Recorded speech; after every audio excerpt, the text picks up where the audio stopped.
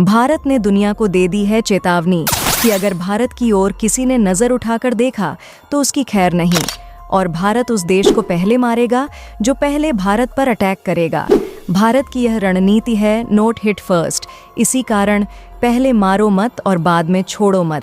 दोस्तों, इतिहास की सबसे बड़ी हथियार डील हुई कंप्लीट। क्या पूरी दुनिया को उड़ाने की हो रही है तैयारी? 114 लड़ाकू विमानों वाली MRF डील को छोड़ो, अब तो यहाँ पूरी दुनिया के सबसे घातक हथियार की हो रही है एंट्री, जिसको अमेरिका रूस के भी हथियार नहीं रोक पाएंगे।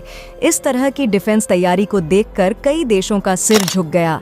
शर्म से दोस्तों, कई देश भारत को निशाना बनाते हुए कहने लगे कि 36 राफेल फाइटर जेट खरीदकर भारत अपने आप को शहंशाह मान रहा है। एक ना एक दिन इस भारत का घमंड जरूर चकनाचूर होगा। यह भारत खुद को ऐसे मानकर चल रहा है जैसे कि यह पूरी दुनिया को सिर्फ 36 राफेल से हरा देगा।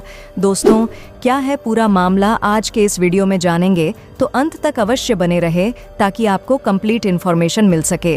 वैसे एक तरफ से देखा जाए तो भारत ने दुनिया भर के देशों को बहुत बड़ा चैलेंज दिया है कि तुम चाहे कितने भी फाइटर जेट ले आओ, हम हमारे 36 राफेल लड़ाकू विमान से ही आपके विमान की बैंड बजा देंगे। दोस्तों, ये वीडियो हमारे लिए बहुत ही शर्मनाक है। अब तो हर देश ने भारत को सुनाना शुरू कर दिया है, लेकिन भारत को इन सभी देशों की बातों को इग्नोर करना पड़ रहा है। एक बात और आपको बता दें, 15 साल हो चुके हैं। आज तक हम अपनी वायुसेना के लिए 114 फाइटर जेट वाली MRF डील को कंप्लीट ही नहीं कर पाए हैं। पता नहीं भारत करना क्या चाहता है, शायद इसके पीछे कोई बहुत बड़ा कारण हो गया हो, इसीलिए भारत ने इस डील को कम कंप्लीट नहीं किया हो। या फिर ये हो सकता है कि भारत इस डील को फाइनल करना ही नहीं चाहता हो। और भी बहुत सारे रीज़न हैं, लेकिन मुद्दा यह नहीं है, बल्कि मुद्दा ये है कि भारत ने अभी तक 36 राफेल फाइटर जेट ही खरीदे हैं, और भारत इन्हीं 3 राफेल फाइटर जेट के बलबूते किसी भी जंग को जीतना चाहता है, यानी कि एक रिकॉर्ड सेट करने की कोशिश कर रहा है। हमारा भारत तो क्या है, पूरी खबर जानेंगे इस वीडियो में, तो वीडियो में अंत तक जरूर बने रहे और वीडियो को एक लाइक करके हमारे चैनल को सब्सक्राइब भी जरूर कर ले।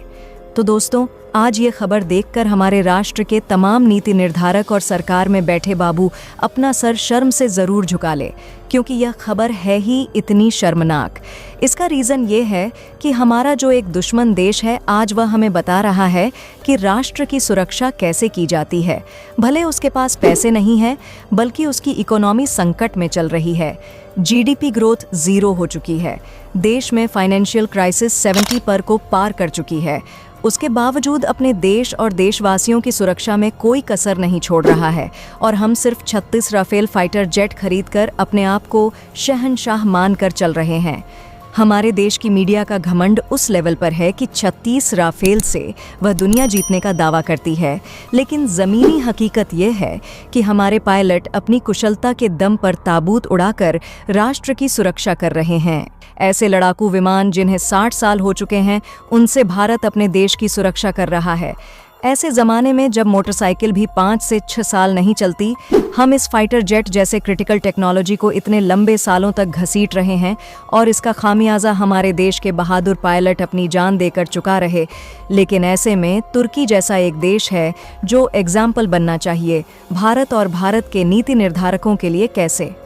तो चलिए हम विस्तार से आपको ये खबर बताते हैं। दरअसल अब से करीबन 3 साल पहले 2021 में तुर्की ने कहा था कि जी, हमारे पास दुनिया की सबसे बड़ी A1 लड़ाकू विमान की फ्लीट है, यानी कि दुनिया में सबसे ज़्यादा F-16 फाइटर जेट है। अमेरिका के पास उसके बाद नंबर 2 पर तुर्की आता है। सैकड़ों लड़ाकू विमान उनके पास हैं, लेकिन वह धीरे धीरे बहुत ही ज़्यादा पुराने पड़ते जा रहे हैं। ऐसे में या तो उन्हें अपग्रेड करना होगा या सेना से रिटायर करना पड़ेगा। ऐसे में तुर्की ने एक $23 बिलियन का प्लान लॉन्च किया, और इन $23 बिलियन को खर्च करके तुर्की अमेरिका से F-16 की लेटेस्ट अपग्रेड किट खरीदना चाहता था, जिसके बाद जो F-16 है, यह करीबन 4.5 जनरेशन के फाइटर जेट बन जाते, यानी कि आज की सारी टेक्नोलॉजी इसमें रिप्लेस कर दी जाती, जिससे कि यह आधुनिक फाइटर जेट बन जाते और आने वाले 30 सालों तक मज़े में सर्विस देते तुर्की की वायुसेना में। लेकिन आप जानते ही हैं कि रूस और तुर्की के बीच संबंधों को देखते हुए अमेरिका कोई भी हथियार इस समय तुर्की को देने को तैयार नहीं था। जो F-16 की अपग्रेड की डील थी, यह कैंसिल हो गई। हालांकि तुर्की को कोई जल्दी नहीं थी। आने वाले 2048 और 2028 तक मजे में चलने वाले थे, बिना अपग्रेडेशन के यह F-16। अब आप हमें बताइए, इस स्थिति में भारत होता तो क्या करता, या फिर भारत के जो बाबू हैं वह होते तो वह कैसे हैंडल करते इस डील को। तो दोस्तों कमेंट में ज़रूर बताइएगा। खैर, तुर्की ने हार नहीं मानी। इन्होंने इस पर $30 बिलियन का सही यूज़ किया। सबसे पहले तो इन्होंने खुद का स्टेल्थ फाइटर एयरक्राफ्ट कॉन बनाने में अपना सारा पैसा, अपनी टेक्नोलॉजी लगा दी। जो अमेरिका से F-35 की कुछ टेक्नोलॉजी मिली थी उसका यूज़ किया और खुद का कान फाइटर जेट तैयार कर लिया। लेकिन तुर्की को पता है कि कान इन्होंने बनाकर तैयार कर लिया है, उसे उड़ा भी लिया है, जो सफल हुआ है। लेकिन अभी भी कम से कम 5 से 6 साल और लगेंगे इसे ज़मीन पर उतरने में, इसका मास प्रोडक्शन करके एयरफोर्स में शामिल करने में। लेकिन तुर्की को पता है कि 6-7 सालों तक वह अपनी सुरक्षा में चूक होने नहीं दे सकता किसी भी सूरत में, क्योंकि उसका नेबरहुड बहुत खतरनाक है। एक तरफ सीरिया है जहां 24 घंटे 12 महीने युद्ध चलता ही रहता है। इसके अलावा इजराइल हमास का युद्ध जारी है। लेबनान में बेहद खतरनाक हालात है। ग्रीस उसका दुश्मन जो ताकतवर हो रहा है, भारत और फ्रांस की मदद से। इसीलिए तुर्की अपनी सुरक्षा को ढीला नहीं छोड़ना चाहता था और ना ही उसने छोड़ा।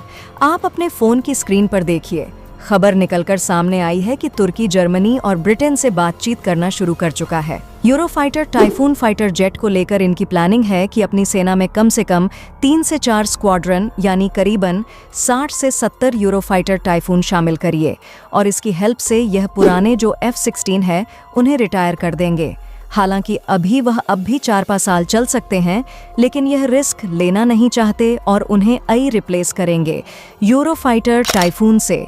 इतना ही नहीं, तुर्की का तो यह भी मानना है कि वह जो खुद का कान फाइटर जेट तैयार कर चुका है, जो कि एक स्टेल्थ जेट है, इसे पेयर अप करेगा यूरोफाइटर टाइफून से, यानी कि दोनों को साथ में जोड़ी में उड़ाए, जिससे कि ये वर्ल्ड की बेस्ट और सबसे ज़्यादा डेंजरस फाइटर जेट जोड़ी होगी, जो कि पूरी तुर्की के आस पड़ोस की देशों को रूल करेगी, उन्हें डोमिनेट करेगी।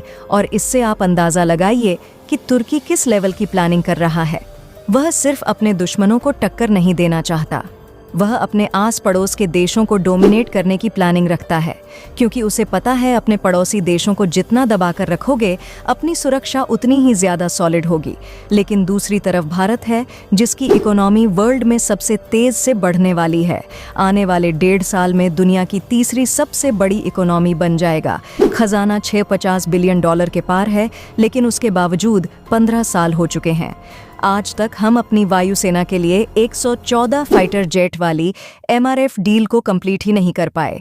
इसलिए हम आपको वीडियो की शुरुआत में कह रहे थे कि यह खबर हमारे लिए शर्मनाक है, क्योंकि हमारे दुश्मन जिनकी औकात नहीं है, हमारे सामने वह डिफेंस के मामले में हमें पछाड़ रहे हैं।